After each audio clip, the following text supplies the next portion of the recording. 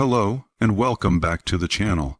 Today, we are going to explore one of the most extraordinary military strategies in history, a strategy that carved the name of one man into the foundation of world civilization. This is the story of Alexander the Great, and how his unmatched genius destroyed a massive empire that once seemed invincible, the mighty Persian Empire ruled by Darius III. But to understand Alexander's strategy, we must first understand the world he was born into, the armies he commanded, and the mindset that made him one of history's greatest military leaders. Alexander was born in 356 BCE in the Kingdom of Macedon, a land that was once seen as backward compared to the famous Greek city-states like Athens and Sparta. But Alexander was not born into weakness. His father, King Philip II, had already revolutionized warfare by reforming the Macedonian army into a deadly force. Philip introduced longer spears called sarissas, reorganized troops into disciplined phalanxes, and trained men to fight as a unified body, not as scattered warriors. Alexander grew up in this environment of military innovation. He watched strategies being built long before he wore armor himself. But it was not only warfare that shaped the young Alexander.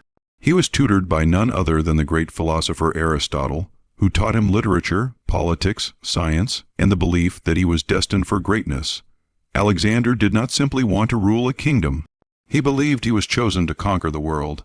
At just 20 years old, Alexander became king after his father Philip's assassination, and almost immediately, rebellion rose across Greece. Many believed Alexander was too young, too inexperienced, too unproven. But they were wrong. Alexander marched quickly, crushing revolts with precision and speed. In one dramatic show of power, he destroyed the city of Thebes so completely that no one dared to challenge him again. Greece was now united under his command, but Alexander's ambition was far greater than Greece. His true target was the Persian Empire, the largest empire the world had ever seen. Stretching from Egypt to India, Persia controlled wealth, armies, trade routes, and resources beyond imagination.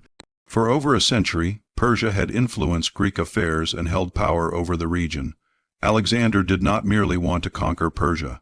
He wanted to destroy it, erase it, and replace it with his own legacy. In 334 BCE, Alexander crossed the Hellespont, leading an army of about 35,000 soldiers. Compared to Persia's enormous manpower, this was a tiny force, but Alexander did not rely on numbers. He relied on mind, discipline, and strategic innovation. When he landed in Asia, he famously threw a spear into the ground, declaring the land won by the spear. This was not just symbolism, it was a message he intended to take everything he touched. The first major battle came at Granicus River. Persian forces tried to stop Alexander before he could move deeper inland. The Persian cavalry stood along the riverbank, believing they had the advantage, but Alexander made a bold decision. Instead of waiting or looking for an easier crossing, he charged across the river directly, riding at the front of his men. This shocked the Persians. Commanders expected slow caution, not daring aggression. Alexander's forces broke through their line and drove the Persian army back. Asia Minor began to fall into his hands. However, the true test came at the Battle of Issus, where Alexander faced the Persian King Darius III himself. Here, the size difference was staggering. Darius commanded a massive army far larger than Alexander's, but numbers do not win battles, strategy does.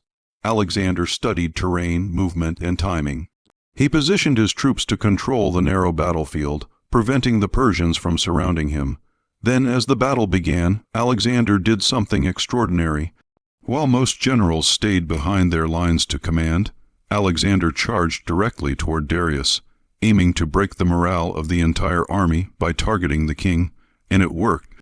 Darius, shocked and terrified, fled the battlefield in his chariot, leaving behind his army, his treasury, and even his own family. This was not just a military victory, it was a psychological collapse of Persian authority. But Darius was not finished. He retreated east, gathering an even larger force. Meanwhile, Alexander conquered Egypt, where he founded the famous city Alexandria, laying the foundation of a new cultural world. His name was now known across continents, not just as a conqueror, but as a visionary leader. The final decisive battle came at Gaugamela in 331 BCE. This was one of the most important battles in world history. Darius assembled an enormous army, perhaps over 250,000 soldiers, including war elephants, chariots, cavalry, and infantry. Alexander had only around 47,000 men, but he had something Persia did not: a unified strategy. Alexander arranged his army in a flexible formation, allowing movement and adaptation in the heat of battle.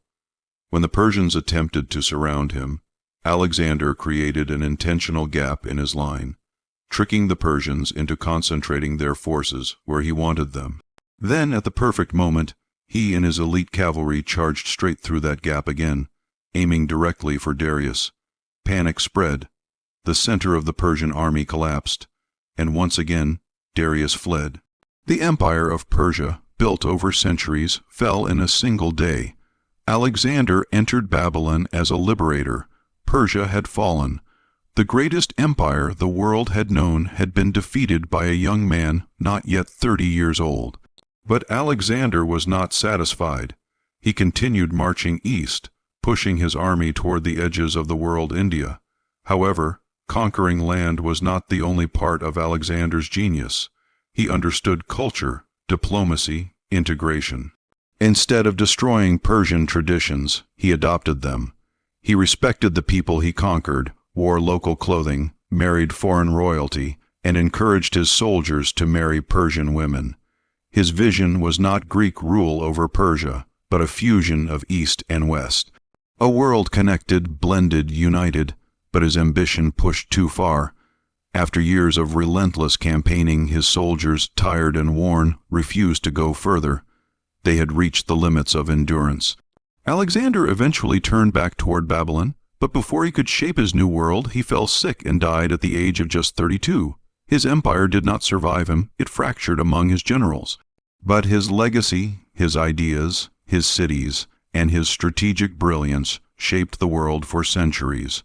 The spread of Greek culture across Asia created the Hellenistic age, influencing science, philosophy, architecture, warfare, and governance. Alexander the Great did not win because he had the largest army. He won because he thought differently.